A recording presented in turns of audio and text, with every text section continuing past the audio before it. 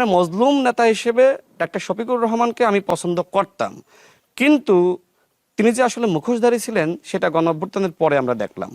তিনি সর্বপ্রথম বাংলাদেশে আওয়ামী লীগকে সাধারণ ক্ষমা ঘোষণা করেছেন, অর্থাৎ গণঅভ্যুত্থানের সাথে সর্বপ্রথম বেইমানি করেছে ডাক্তার শফিকুর রহমান। সুতরাং এই শফিকুর রহমান সাহেবকে নিয়ে এখন কি বলবো, তিনি নাকি বিএনপির পতন ঘটিয়ে দিবে। ডাক্তার শফিকুর রহমান তো জীবিতই ছিলেন, তাই না? তো ডাক্তার শফিকুর রহমানের নেতৃত্বে মগবাজারের তালাটা পর্যন্ত খোলা যায়নি।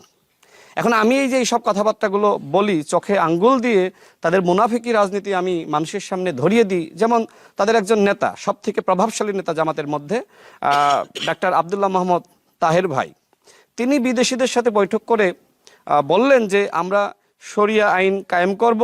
এটি আমরা কোথাও বলি নাই। এমনকি তাদের নির্বাচন ইস্তেহারে কোথাও উল্লেখ করা নাই যে তারা ক্ষমতায় গেলে শরিয়া আইন কায়েম করবে। এই মুনাফিক রাজনৈতিক দল এখন জাতীয় সংসদে প্রতিদিন মানুষকে আইওয়াশ করার জন্য বলছে যে আমরা কোরআনের আইন চাই, আল্লাহর আইন চাই, শরিয়া আইন চাই।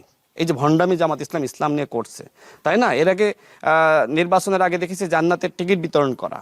মানে কি করে নাই, মানে ক্ষমতায় আসার জন্য জামাত এমন কোনো অন্যায়, অপরাধ বা অপকর্ম বা মিথ্যাচার, ভণ্ডামি, মুনাফিকি বাকি ছিল না যে তারা করে নাই। কিন্তু এদেশের জনগণ তারা বুঝতে পেরেছে যে এই দেশের যতটুকু পরিবর্তন সেটা শহীদ প্রেসিডেন্ট জিয়া রহমানের হাত ধরে, এবং পরবর্তীতে দেশনেত্রী বেগম খালেদা জিয়ার হাত ধরে, এবং বর্তমানে বাংলাদেশের যদি পরিবর্তন হয় সেইটা হবে বর্তমান প্রধানমন্ত্রী জনাব তারেক রহমানের নেতৃত্বে।